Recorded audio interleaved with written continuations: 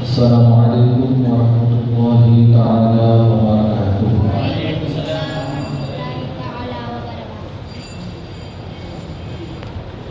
نحمده ونسلم على رسوله الكريم والرؤوف الرحيم، أما بعد، فأعوذ بالله من الشيطان الرجيم ببركة بسم الله الرحمن الرحيم. ولا تقربوا الزنا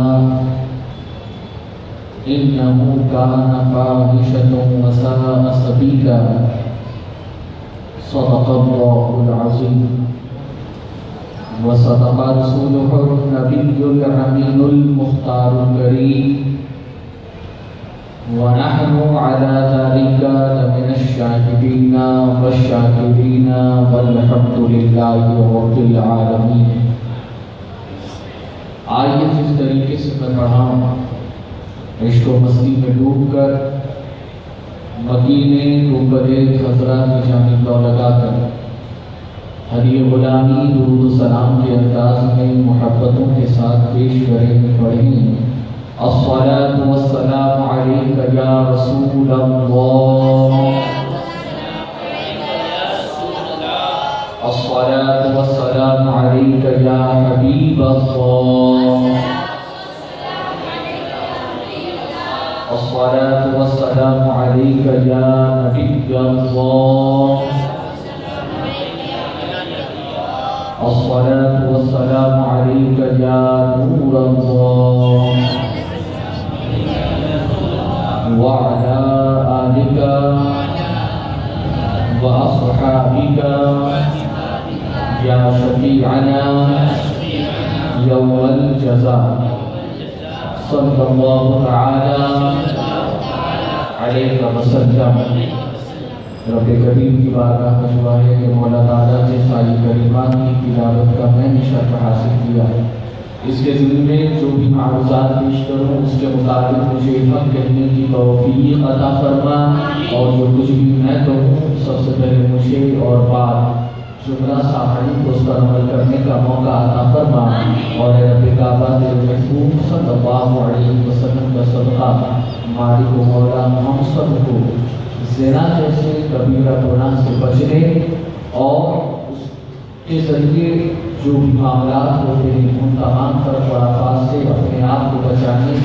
اور دوسروں کو بچانے کی توفیق عطا فرمائے۔ میرے پیارے آقا صلی اللہ علیہ وسلم کے پیار کی بات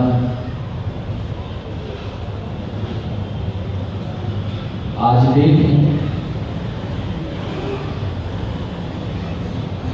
کہ گناہ دن ب دن کرنا بڑا آسان ہوتا جا رہا ہے،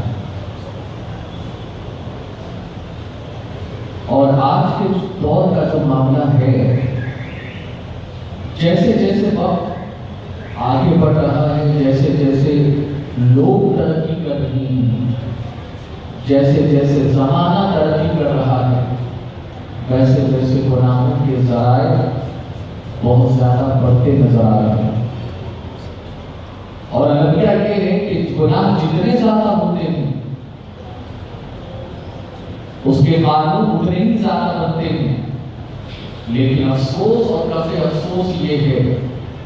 کہ جتنے زیادہ گناہ اتنے زیادہ قانون، لیکن وہ قانون ان گناہ کرنے والوں پر کوئی اثر کرتے نظر نہیں آتا، کیونکہ آج لوگوں نے گناہ کو بڑا آسان سمجھ لیا ہے، اور تمام تر گناہوں کے اندر زنا ایک ایسا گناہ ہے کہ آج شاید کوئی ایسا بچہ، شاید کوئی ایسی بچی، شاید کوئی ایسا مرد،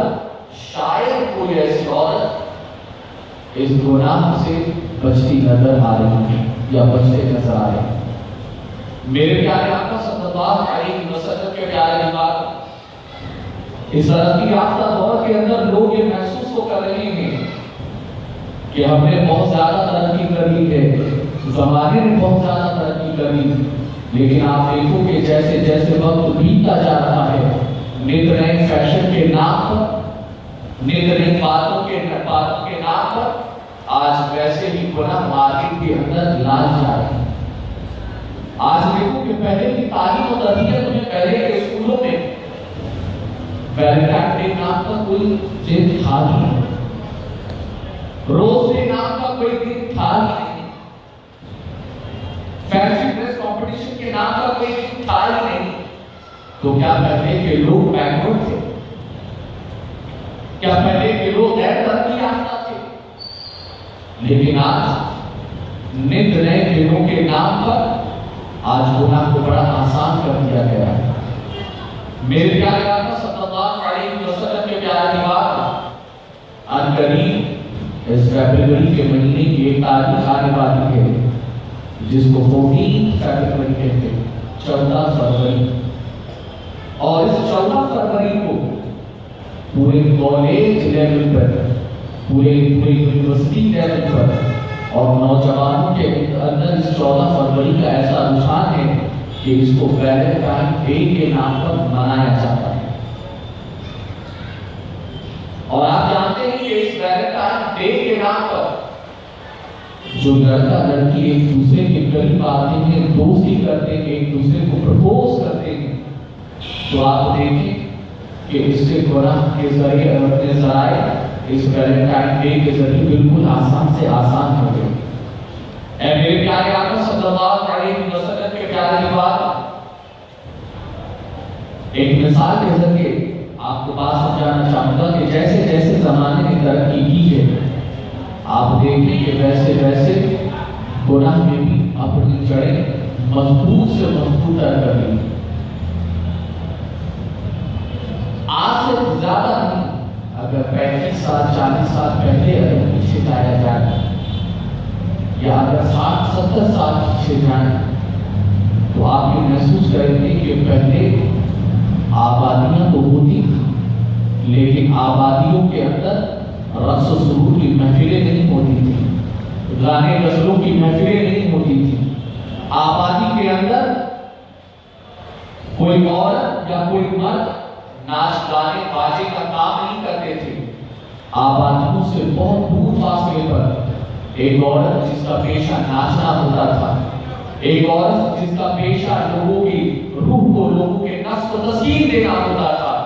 اپنے نسخ کے ذریعے، اپنے ناچ کے ذریعے، اپنے جسم کی نمائش کے ذریعے، تو وہ عورت جو یہ کام کرتی تھی اس عورت کو طوائف کہا جاتا تھا، اور جس جگہ وہ یہ کام کرتی تھی اس کو کوٹھا کہا جاتا تھا۔ اے میرے پیارے آقا صلی اللہ علیہ وسلم کے پیارے دیوانوں، اور اگر کوئی آبادی کے اندر سے کوئی وہاں چلا جائے اور آبادی میں اس کی خبر ہو جائے تو اللہ اکبر، اس بندے کی عزت کے حوالے سے لوگ چیخ بولیاں کرتے تھے، اس کے حوالے سے لوگ باتیں بناتے تھے کہ دیکھو کتنا بڑا بدبخت ہے کہ طوائف کے کوٹھے پر جا کے آیا ہے، نچنیا کے کوٹھے پر جا کے آیا ہے۔ آپ اندازہ کریں وہ ناچنے والی کی کوئی عزت سماج کے اندر نہیں تھی، وہ ناچنے والی کے اپنے کوئی مقام عزت دار سوسائٹی کے اندر نہیں تھا، لیکن اللہ اکبر، جیسے جیسے زمانہ ترقی کر رہا ہے، جیسے جیسے زمانے نے ترقی کی، جیسے جیسے فیشن نے ترقی کی، اللہ اکبر،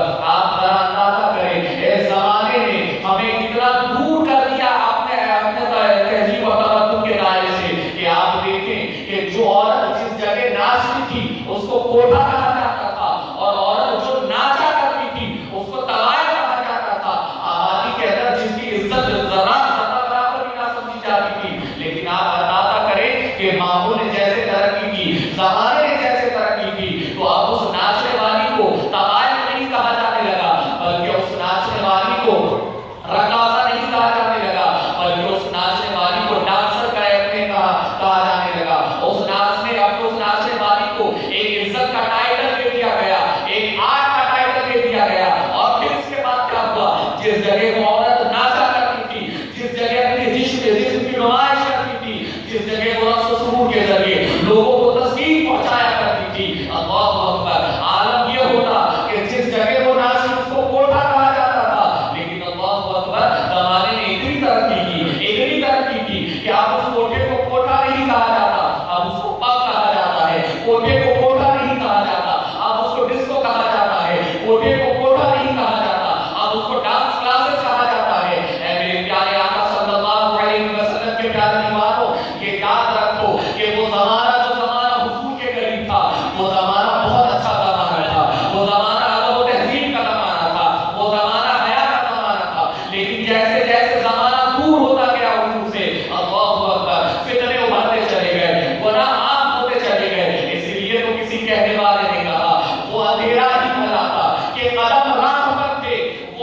تیرا ہی بھلا تھا کہ قدم راہ پر تھے، روشنی لائی ہے منزل سے بہت دور مجھے۔ اے میرے پیارے آقا صلی اللہ علیہ وسلم کے پیارے دیوار، روشنی اندھیرے مٹانے کا کام کرتی ہے، روشنی جو ہے لوگوں کو راہ دکھانے کا کام کرتی ہے، لیکن زمانے نے ایسے اپنے پھیلنے کا بند کیا ہے، زمانہ ایسا بنیادیت کی طرف آیا ہے کہ اللہ اکبر کہ چوراہوں پر روشنی تو نظر آ گئی، لیکن اس روشنی کے اندر کئی کئی معصوموں کی، کئی کئی عورتوں کی، کئی کئی ہماری بیٹیوں اور بہنوں کی عزتیں داغ پر لگنا شروع ہو گئی۔ اے میرے پیارے آقا صلی اللہ علیہ وسلم کے پیارے دیوانوں، اور آج جیسے جیسے زمانے نے ترقی کی تو دیکھو ڈانس کو کتنا عام کر دیا، زنا کو کتنا عام کر دیا۔ اے میرے پیارے آقا صلی اللہ علیہ وسلم کے پیارے دیوانوں، ذرا بتاؤ تو صحیح کون سی ہماری بچی ایسی ہے یا کون سا ہمارا بچہ ایسا ہے الا ماشاءاللہ جو اسکول میں جانے کے بعد اس کی دوستی کسی لڑکی سے نہ ہوتی ہو، کالج میں جانے کے بعد اس کی اپنی اس بچی کا کوئی دوست نہ بنتا ہو۔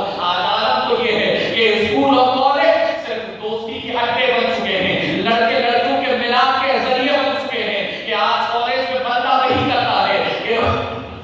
تعلیم و تربیت کے لیے ماں باپ بھیجتے ہیں، لیکن عالم یہ ہے کہ بچہ جاتا تو ہے لیکن تعلیم نہیں حاصل کرتا، تربیت نہیں حاصل کرتا، وہاں پر نئے مٹکے کرتا ہے، وہاں پر دل لے کر تلاش کرتا رہتا ہے، کوئی تو اسے اپنے ہاتھوں میں لے، کوئی تو اسے اپنے جو ہے اپنے باہوں میں لے، اور عالم یہ ہے کہ نگاہ تلاش کرتی رہتی ہے، کوئی تو ایسی حسینہ ہو کہ جس کے اپنے چہرے کو میں اپنی نگاہ میں بسا سکوں، کوئی تو ہو ایسا تو میرے دل میں بس سکے۔ اے میرے پیارے آقا صلی اللہ علیہ وسلم کے پیارے دیوانوں، اور یہی دن ہے وہ کہ جس کو گناہ کے ذرنے جو ہے جس دن کو ایک فیشن کا نام تصور دے کر، ایک آرٹ کا نام تصور دے کر لوگوں نے گناہ کرنے کو بڑا آسان بنا دیا۔ ویلنٹائن ڈے میں ہوتا کیا ہے، ایک غیر محرم بچی ایک غیر محرم بچے کو اپنی محبتوں کے نذرانے پیش کرتی ہے، ایک غیر محرم لڑکا غیر محرم لڑکی کو اپنی دوستی کے حوالے سے جو ہے ریکویسٹ کرتا ہے، اپنی دوستی کے حوالے سے التجا کرتا ہے، اور جب دوستی قبول کر لی جاتی ہے، جب محبت قبول کر لی جاتی ہے تو پھر معاملات آگے بڑھتے ہیں، پھر اس کے بعد بات چیت ہوتی ہے۔ یاد رکھیں میرے پیارے آقا صلی اللہ علیہ وسلم کے پیارے دیوانوں، آج دیکھو کہ آج اپنے ہر بار جتنے بھی آپ آئے دن نیوز پیپر میں آپ نے سنا ہوگا کہ فلاں بچی کے ساتھ لوگوں نے اپنے اجتماعی بلاکار کر دیا، فلاں بچی کے ساتھ گینگ ریپ کر دیا۔ اللہ اکبر، کیا آپ کو وہ حادثہ یاد نہیں جب دہلی کی اپنے زمین پر سنسان راستے پر جب ایک بچی کے ساتھ کئی نوجوانوں نے گینگ ریپ کیا تھا؟ آخر یہ تمام تر باتیں کس لیے ہیں؟ یہ یاد رکھو، جہاں ننگا پن ہوگا، جہاں عریانیت ہوگی، تو وہاں پر نفس کو قابو کرنے کے لیے، نفس کو تسکین پہنچانے کے لیے لوگ ایسے گناہ کرنے پر آمادہ ہوں گے۔ میرے پیارے آقا صلی اللہ علیہ وسلم کے پیارے دیوانوں، آج عالم تو یہ ہے کہ نوجوان بچیاں تو بچیاں، ارے 5 سال کی بچیاں محفوظ نہیں ہیں،